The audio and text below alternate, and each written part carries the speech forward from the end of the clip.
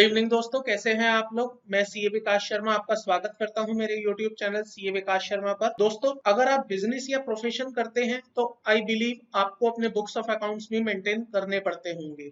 जी हाँ दोस्तों, as per income tax act अगर आप अपनी इनकम टैक्स रिटर्न भरना चाहते हैं तो आप अपने बिना बुक्स ऑफ अकाउंट्स को मेंटेन किए अपने आईटीआर को फाइल नहीं कर सकते हैं। और यहाँ तक कि दोस्तों, कुछ कंडीशंस में ऐसा भी हो सकता है कि अगर आप बिजनेस और प्रोफेशन में हैं तो आपको अपने अकाउंट्स का ऑडिट भी कराना पड़ता है। तो आज मैं लाया हूं दोस्तों आपके लिए एक ऐसा ही सेक्शन जिसका यूज करके आप इन कंप्लायंसेस को अवॉइड कर सकते हैं और बिना बुक्स ऑफ अकाउंट्स मेंटेन किए, बिना अपने बुक्स का ऑडिट करवाए आप अपनी आईटीआर फाइल कर सकते हैं। तो दोस्तों, मैं बात कर रहा हूं प्रिजम्पटिव टैक्सेशन की।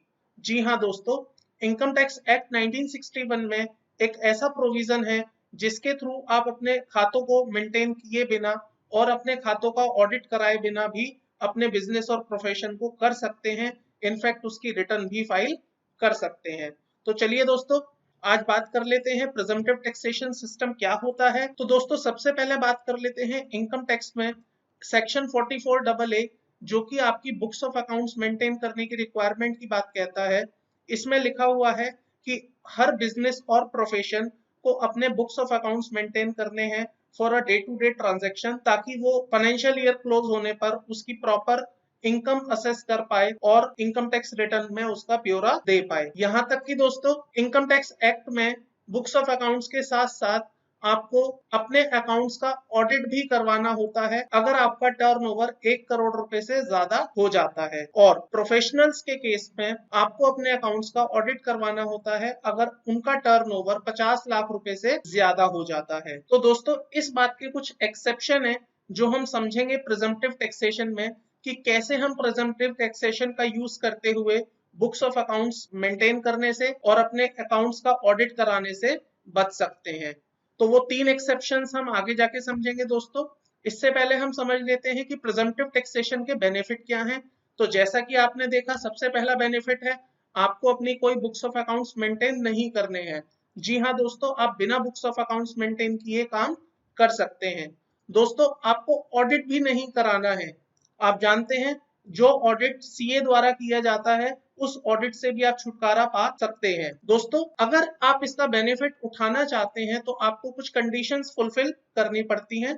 तो अब सबसे पहले समझ लेते हैं क्या कंडीशंस हैं, कौन से वो सेक्शंस हैं जिनका यूज करते हुए हम प्रिजम्पटिव टैक्सेशन को फॉलो कर सकते हैं और अपनी बुक्स ऑफ अकाउंट्स मेंटेन किए बिना, ऑडिट कराए बिना अपनी आईटीआर फाइल कर सकते हैं। दोस्तों, प्रिजम्पटिव टैक्सेशन सिस्टम में मेनली 3 सेक्शन आते हैं, जिसमें सबसे पहला सेक्शन है सेक्शन 44AD। तो सेक्शन 44AD दोस्तों बात करता है उन होलसेलर्स के लिए, उन रिटेलर्स के लिए, उन मैन्युफैक्चरर के लिए और उन स्मॉल बिजनेसेस के लिए जो रिटेलिंग और ट्रेडिंग और मैन्युफैक्चरिंग में डील करते हैं। दोस्तों, इस सेक्शन में एक लिमिट है जो ये कहती है कि अगर आप इस सेक्शन का यूज करना चाहते हैं तो आपका जो टर्नओवर है वो अप टू 2 CR होना चाहिए। इसका मतलब अगर आपका टर्नओवर 2 करोड़ से ऊपर होगा तो आप इस सेक्शन को यूज नहीं कर पाएंगे। दूसरा इसमें कंडीशन है दोस्तों, आप अपने टर्नओवर का या तो 6% या 8% एज ए प्रॉफिट डिक्लेयर करेंगे। आपको क्या करना पड़ेगा दोस्तों, जो भी आपका टर्नओवर है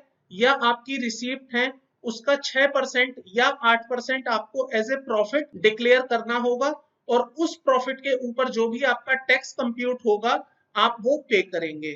तो दोस्तों, कब हमें 6% लेना है और कब हमें 8% लेना है, इसके लिए लॉ ये कहता है कि अगर आपका अदर देन कैश ट्रांजैक्शंस हैं तो आप 6% लेंगे और अगर आपका कैश वाला ट्रांजैक्शन है तो आप 8% लेंगे।